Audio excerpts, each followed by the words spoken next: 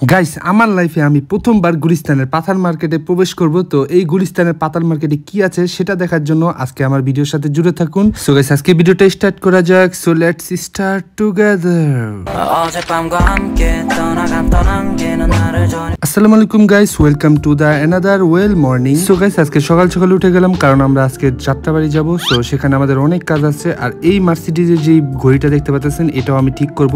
তো এদিকে আমরা রেডি হয়ে রওনা দিয়ে দিলাম। যাত্রাবাড়ি শুধু আমি আর আমার আব্বু যাব।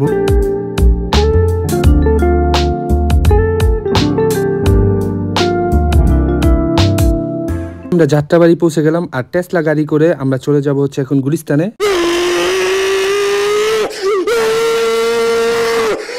ফাইনালি বাংলা টেসলা আমাদেরকে গুলিস্তানে নামিয়ে দিল। রাস্তার ভেতর মোটামুটি জামই ছিল এক কথায়। আর এখন আমরা চলে যাচ্ছি হলো পাতাল মার্কেটে। আর এদিকে আশপাশে অনেক দোকান ছিল, কিন্তু হ্যাঁ অন্য কিছু করতেছিল। তেরা মুঝসে প্যার হ্যায় ইয়া নেই হ্যায়? যাই হোক, বেড়া বেচা কিনা তুই আর প্রেমিকের লোকের কথা কইতেছে। আর এদিকে আমরা চলে যাব হচ্ছে পাতাল মার্কেটের নিচে। আর আজকে আমার জীবনের প্রথমবার পাতাল মার্কেটে ঢোকার এক্সপিরিয়েন্স হবে, কারণ এর আগে আমি গুলিস্তান যতবারই আসছি একবারও পাতাল মার্কেটে প্রবেশ করিনি। আর এইভাবে সিঁড়ি দিয়ে নেমে যেতে হয় ভিতরে। আর ভিতরে যাওয়ার পরে একটা জিনিস শুনে শুনে হয়তো বা আপনার বিরক্ত লাগতে পারে। মামা ডিসপ্লে নষ্ট হয়ে গেল, আহেন ডিসপ্লে ঠিক করে দিই। মামা কাঁচ নষ্ট হয়েছে, আহেন ক্যামেরা নষ্ট হয়েছে, আহেন মামা মোবাইল ঠিক করলে, আহেন মোবাইল ঠিক করলে, আহেন মামা দেখি মোবাইলে কিছে, মামা দেখি মোবাইলে কিছে, মামা দেখি। দেখতেছে যে আমি আমার মোবাইলটা নিয়ে ভিডিও করতেছি, তারপরেও মোবাইল ঠিক করার লেগে পাগল হয়ে গেছে। আর এই প্রথম জানতে পারলাম যে পাতাল মার্কেটের যত দোকান আছে সবগুলো হচ্ছে মোবাইল সার্ভিসের দোকান। এখানে কম টাকার মধ্যে যে কোনো মোবাইল সার্ভিস করানো যাবে। আপনারা যদি বলেন তাহলে গুলিস্তান মার্কেট নিয়েও আমি ভিডিও বানাবো। আর এদিকে আমরা গ্যান্ডারি রস খাওয়ার জন্য আসলাম। জুস পিলা দো মৌসম্বি কা। জুস খাওয়ার পরে আমরা চলে গেলাম হচ্ছে বাইতুল মোকাররম মসজিদের সাথে এই স্টেডিয়ামটার এদিকে। আমরা মোবাইল কেনার জন্য চলে আসলাম। এখানে অনেক রকমের বাটন মোবাইল পাওয়া যাচ্ছিল কম টাকার মধ্যে। তো এদিকে এই বাটন মোবাইল কিনতেছিলাম আমার মার জন্য, কারণ আমার মায়ের বাটন মোবাইলটাও নষ্ট হয়ে গেছিল। তো টাচ মোবাইলও আছে, কিন্তু সাথে সাথে একটা বাটন মোবাইলও দিয়ে রাখি আলাদা এক্সট্রা, যেন ইমার্জেন্সিতে কল করা যায়। তো সেই মোবাইল কেনার জন্য আসছিলাম, কিন্তু মোবাইলের যে দাম বলতেছে নোকিয়া ফোনগুলো, তো এই কারণে এই দোকানে চলে আসলাম। কিন্তু এই দোকানে এসে নস্টালজিয়া টাইপের একটা জিনিস দেখলাম। নোকিয়ার অনেক পুরনো একটা মোবাইল দেখলাম।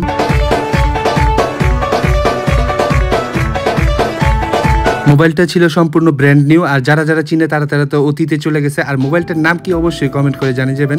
আর এদিকে আমরা গ্রামীণ ফোনের ফোন দেখতেছিলাম, কারণ এগুলো একটু কম বাজেটে ভালোই ছিল।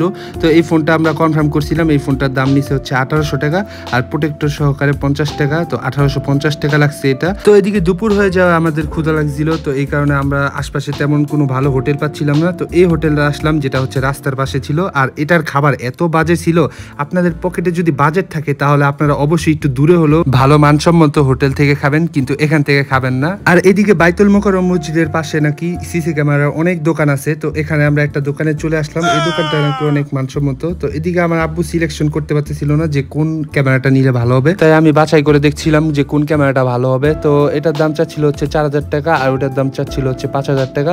এটা কি যে কোনো দেশে থাকা অবস্থায় দেখা যাবে? যে কোনো দেশে থাকা অবস্থায় এটা দেখা যাবে পৃথিবীর যে কোনো জায়গা, পৃথিবী।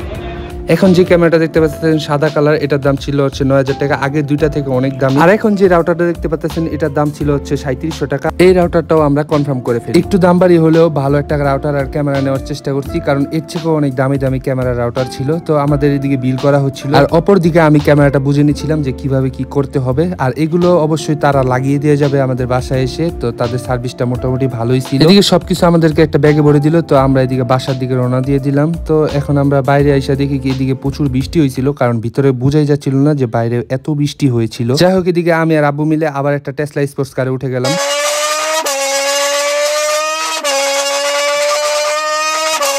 এদিকে যাত্রাবাড়ি এসে আমার দুই ভাগিনার নামে একটা রেগুনা দেখতে পাই। এই রেগুনাটা হচ্ছে আমার দুলাভাইয়ের। তো দুলাভাই এই রেগুনাটা রিসেন্টলি ছাড়ছে, কিন্তু আমি কখনো চোখে পড়ে নাই।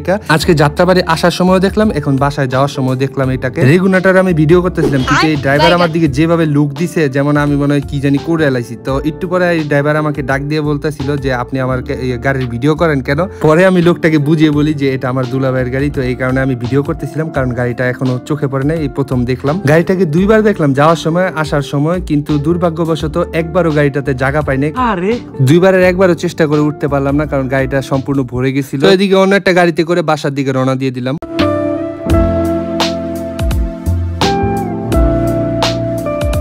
অনেক জ্যামজট পারিয়ে জ্যামের সাথে যুদ্ধ করে ফাইনালি বরপা স্থানে এসে পৌঁছলাম। A few moments later. Fresh হবার পর সবকিছু খুলে দেখতেছিলাম আর আমরা যাত্রাবাড়িতে এই আপেলটা পাইছিলাম। এই আপেলটা কেজি ছিল 300 টাকা করে, বিদেশি আপেল ছিল, তো কিনে নিয়ে আসছিলাম। এদিকে আমরা জৈতুন গাছের 2টা ডাল নিয়ে আসছিলাম, এগুলো দিয়ে নাকি দাঁত মাজে। আর এদিকে একটা মানে ডাল কাটার মেশিন, মানে এই মেশিনটা দিয়ে আমরা কতটা কাজে লাগবে আমাদের জানি না, হাত দিয়েও ডাল ভাঙতে পারতাম, তাও এটা কিনছে আব্বুয়ে। তো এদিকে আবার আম্মুর জন্য একটা মোবাইল কিনছিলাম, সেটা আম্মুকে দিচ্ছিলাম আমি। তো ফাইনালি আমার রাউটারটা আমি আনবক্সিং করে দেখবো যে এটার ভিতরে রাউটার আসলে আছে নাকি। তো গাইস ফাইনালি আনবক্সিং করে ফেললাম।